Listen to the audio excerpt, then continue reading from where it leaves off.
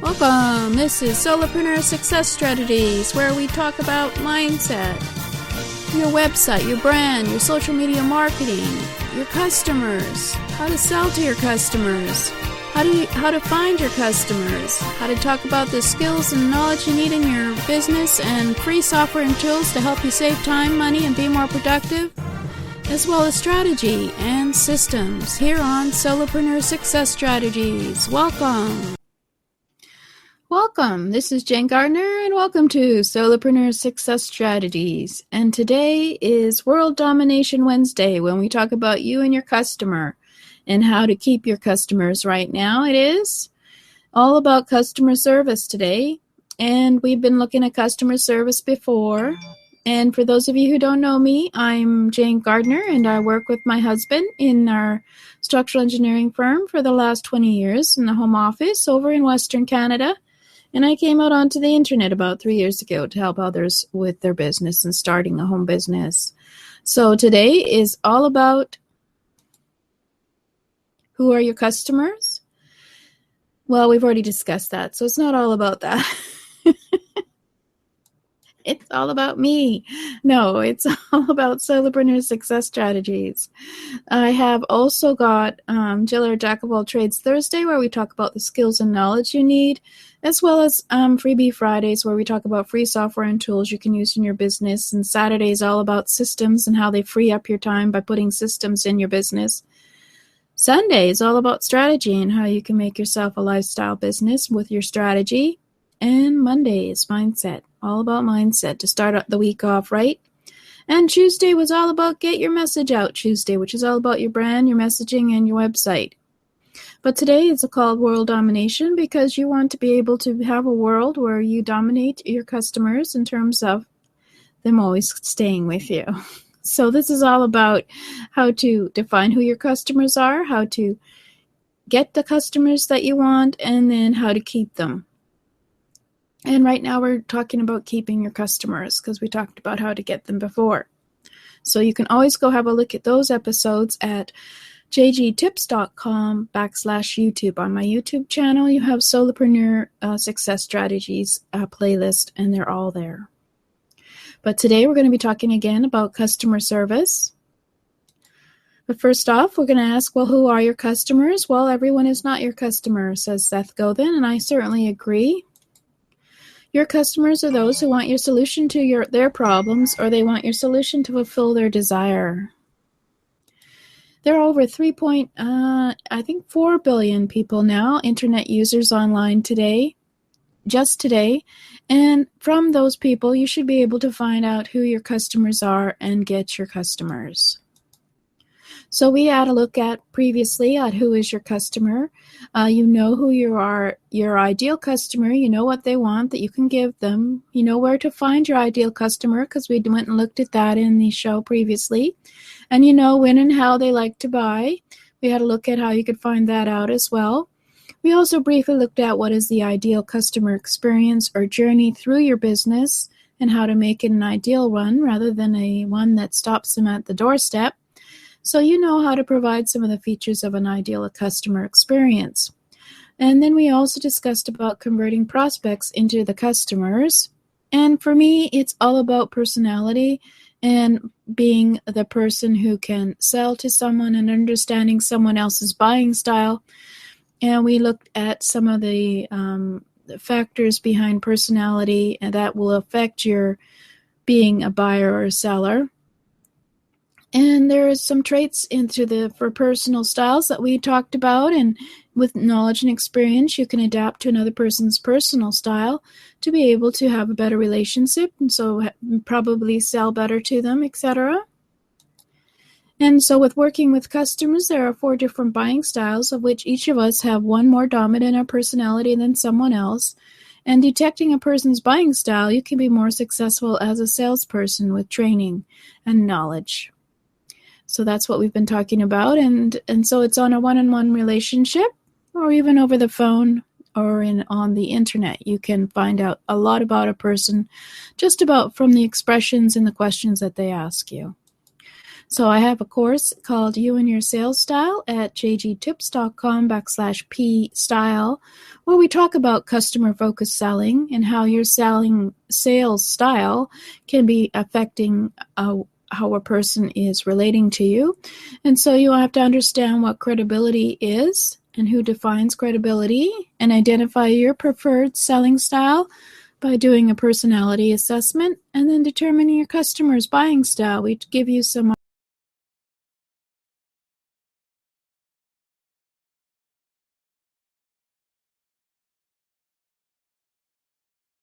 idea on the knowledge and the information you need in order to figure out who this person is. And we create some action plans as to how to be a better seller and how to have customers who buy from you. So that's at jgtips.com/p-style. And then we looked at what does good customer service really mean. And in the end, when you look at the simplest version of what is good customer service, it's pleasant, friendly, and patient staff. So being friendly and polite as possible, and patient, and making it more focused on the customer last week. So this week we're going to look at how to handle customer service challenges. And to be honest, when we were looking at your personal style and buying style and selling style, you can also relate this to your personal style as a person when you're working with others as customers too. You can certainly identify who this customer is and work with them so that you relate better. But for now, we're going to look at, first of course, if you're having an issue with someone and they've called you up and they're not happy. Well, first, of course, you listen to see what the problem is, and then you acknowledge the problem, and then you ask some questions to see exactly what is the issue and whether or not it really is the issue that you can't handle. You confirm that that is what the issue is, and then you provide some answers or solutions to their issue. And if you can't, of course, then you have to consider what to do then, whether or not they'll be happy with a refund or whether or not they would prefer to have another solution to their problem. And then, of course, definitely, just as you follow up when you're selling something to someone, you also check after you've given them a solution, whether or not they're happy with that solution or not. You just don't give it to them and not. So that's good customer service. Is basically, fundamentally, it's listening. So listen. So you got to hear them out and take note of the important details of what the issue is. And then if they feel that you're responsive, it will aid with their frustration. So it'll calm them down a bit if they realize that you are listening. You may not have the answer for them this second, but you are listening and understand what the issue is. So being able to acknowledge and let them know that you emphasize with them and that you have listened and you now understand what the issue is. You apologize, but not too much, and don't become defensive, of course, because that, of course, gets everybody upset and angry. So you basically say, let's work this out. So empathy and being able to listen is a very important feature of yourself in terms of dealing with customer service, as it is for any time in your life. So then you ask questions and never assume what the problem is. It may be actually an issue that was something that you didn't realize they were having an issue with. For example, they may have a different operating system than what you thought they had, and so that's probably why the hard drive is incompatible with the computer and won't work with it. But you have to keep questioning just to find enough detail that you can maybe understand what the exact issue is. So questioning shows that you have been listening, of course, as well, that you understand what they have considered to be the issue, and then, of course, that makes them happy to know that you are listening to them. And then you, of course, confirm. You take notes and read back over the details, what the issue is, and confirm that you've understood what the customer is saying is the issue. And so if repeating it back verbally to them will certainly make them happy to know that you have been listening and you understand the issue. And of course, then if you have to provide a solution. So if there isn't a protocol, you have to maybe improvise a solution based on your principles of customer service.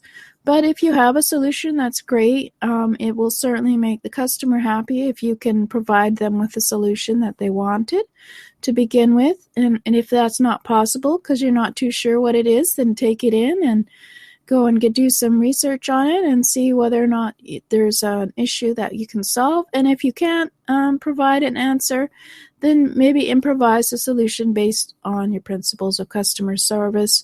So you can maybe give them a different hard drive, for example. And once you find out that they actually have a Windows or a Mac computer, realizing that they had bought the wrong one.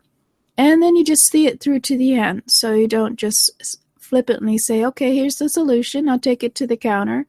You have to, of course, be polite and realize that they also want confirmation that you've understood that there is an issue and that you're not, you're going to quite pleased that they came forward with the issue in case it's something that other people might have an issue with. So then you check and confirm that you've solved the problem and that the person is happy with your solution. And if there's anything else that you can help with, because there may have missing some parts that they need to buy.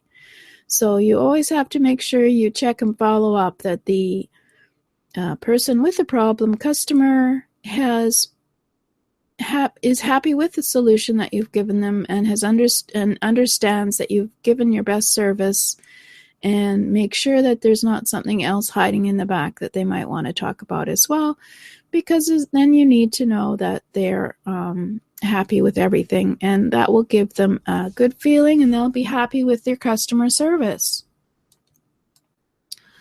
So it's easier for a customer to get frustrated by email. So please remember to be friendly and polite and simple language when you're writing up emails in response to any complaints.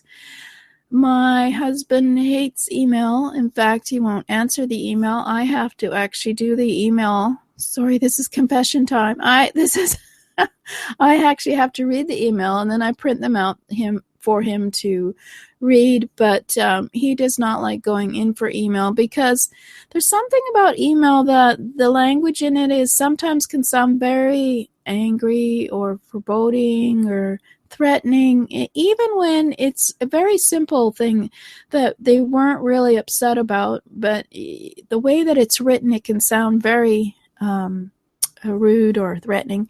So remember that you should always keep your emails simple when you're responding to someone about customer service. Just keep it very polite, and I would suggest call them up and find out what the problem is, because there's more times I've spent going back and forth by email, 5 or 6 times to even understand what the question is by email. It's much easier just to phone them up and find out what the problem is, and then be able to talk with them on one-on-one basis as to what the solution is. So, hey, there's another section on customer service, and I hope you thought about that a bit. I'm sure you've been in one of these situations where you've had to deal with customer service, and some have been terrible and some have been good.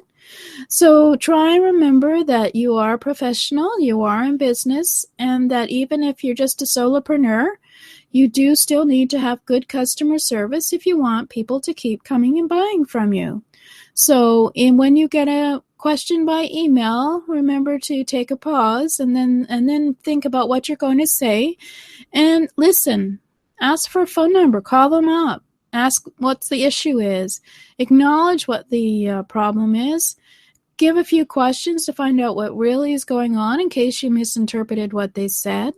Can then confirm with them by repeating back to them what they thought the issue was, and then provide the solution, whatever solution that might be according to your policy. And then check with them. Is this going to make you happy, or is there something else I need to do for you? So there you go. Simple, easy, good customer service. But this will give you good karma and also good relations with your customers, and they'll come back to you again if they know they can approach you about a situation. So I know it's one of these things people forget about when you're a solopreneur, but good customer service is always important. And once you, get a company that's large enough that you can send them out to a customer service company, well, that's fine. But for now, you're the solopreneur. You're the one who is responsible for everything. So remember, customer service is very important. There are some days when I don't want to answer the phone. And sometimes it's not a good day to answer the phone.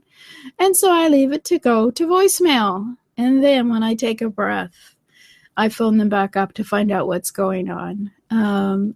So there's another tip for you. Always make sure you're in the right mood for doing customer service, especially when you know the person who's on the other line might be complaining. Anyway, we have good word of mouth in our business, so it's not too bad. But thank you for listening. This has been Jane Gardner at Solopreneur Success Strategies. Please go and subscribe at jgtips.com/programs, and also to find out about other programs as well over at jgtips.com/programs. And over there we have a free mindset magazine for you to check out at jgtips.com/mindset offer. So welcome. Thanks for listening. And I hope to see you again here tomorrow, as this is a 7-day-a-week show on mindset, your customer, getting your message out on social media and on your website, talking about strategies, talking about business systems, talking about all kinds of things, including the skills you need as a solopreneur. So please come back and subscribe at jgtips.com/programs. Thank you.